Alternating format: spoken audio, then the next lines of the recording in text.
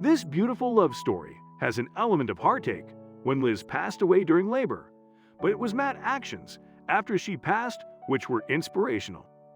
Matt and Liz became inseparable until they started college, as they were enrolled in different regions of the country. Despite the distance, their relationship lasted. Once Matt finished his master's degree, he moved across the country to be with Liz in LA.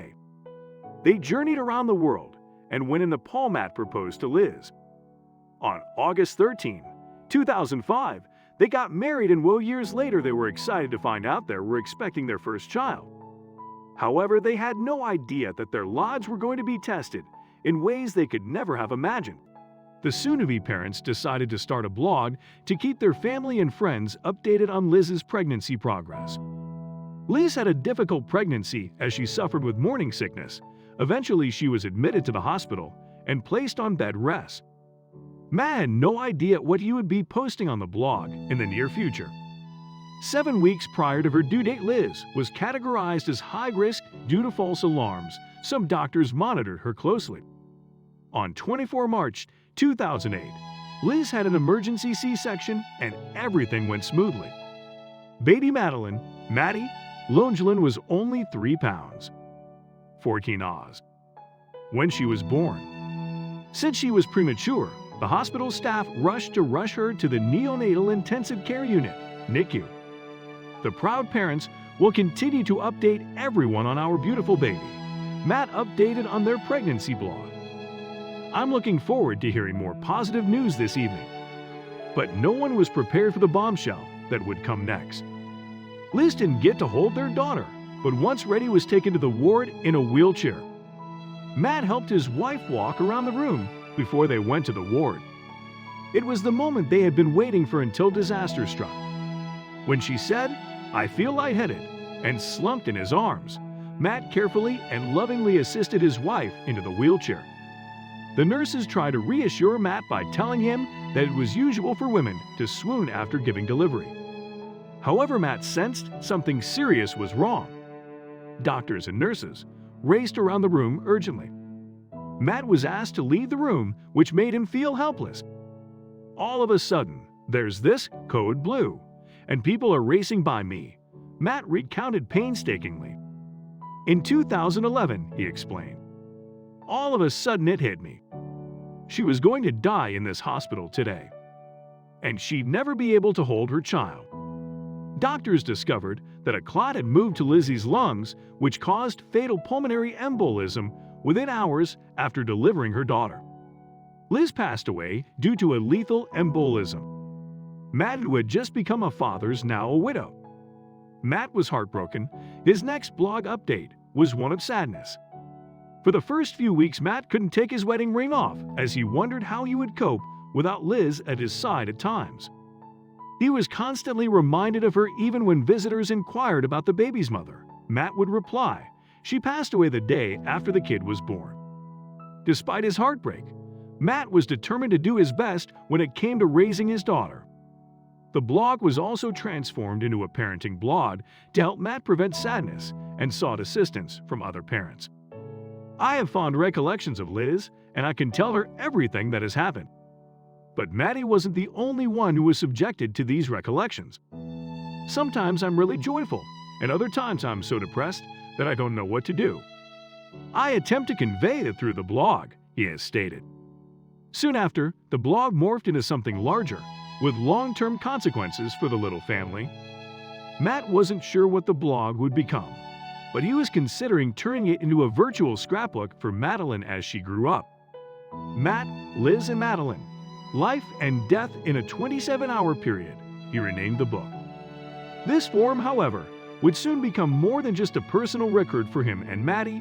It would also become a popular online phenomenon. Matt was getting advice on anything Maddie related, from dealing with diaper rash to how to use nasal aspirators. He'd also established a forum for other parents in similar situations to connect. Furthermore, the forum was receiving tens of thousands of page views every day and 1 million to 1.5 million monthly visitors. The blog became a source of comfort for Matt, as it was therapeutic with information from other parents. Matt began to receive gifts from people who were moved by his story. "I never expected people caring as much about us as they do," he remarked. Liz was a ruler, so Matt decided to set up the Liz Lojlin Foundation, which held fundraising activities in her honor, such as 5K walks and runs. Matt asked if it was okay if he handed away all the money that had been raised for him and Madeline to the widows and widowers he had met through his blog. Rachel Ingebretson, co-executive director of the charity, recounted. They didn't have the same support system, so he wanted to assist them. Matt wanted the blog to be a love letter to Madeline and Liz in many respects, he remarked. "Of course, Liz will never read it, but I want Madeline to know that her father didn't immediately curl up in a ball and begin binge drinking. I want her to know I was out there doing everything I could for her and trying to make her as happy as I could." One day Matt was driving when 4 digits suddenly flashed into his thoughts that were Liz's bank account PIN numbers. With everything that had happened, he forgot about the account. Matt arranged a huge birthday party for Madeline, which was also Liz's 1-year anniversary. In 2009, Matt visited India with Maddie for 2 months, where he wrote a memoir called 2 Kisses for Maddie, a memoir of loss and love. The book quickly became a New York Times bestseller. Matt was once interviewed about his life as a single father, but he doesn't think he's doing anything different than other parents. Love was on the cards for him again as he began dating Brooke Gullickson, one of the foundation's volunteers. While the pair had hoped to keep their connection under wraps at first, information quickly spread. "But even in my darkest periods, there has been happiness, and with Brooke now in our lives, there is even more happiness," he said, emphasizing that he hadn't replaced Liz. Not everyone, though, was as delighted. While the majority of Matt's blog readers were supportive, others were harsher, accusing him of sweeping Liz under the rug. Matt's relationship with Brooke didn't work out, so he spent some time alone and focused on Maddie and himself until speculation about him and Lizzie Molyneux, the writer for the animated series Bob's Burger, began to circulate. They wanted to remain anonymous in order to prevent rumors about their relationship from spreading. Inquisitive fans, on the other hand, did some digging and discovered something spectacular.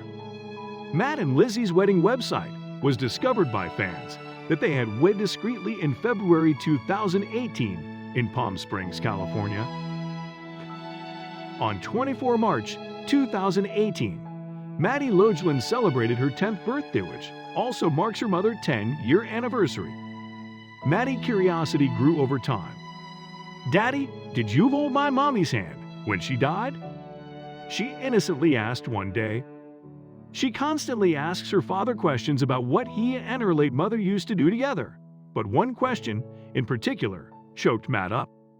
"What I said will never take away what happened that day," Matt said, despite his best efforts to be open and explain things to his young daughter.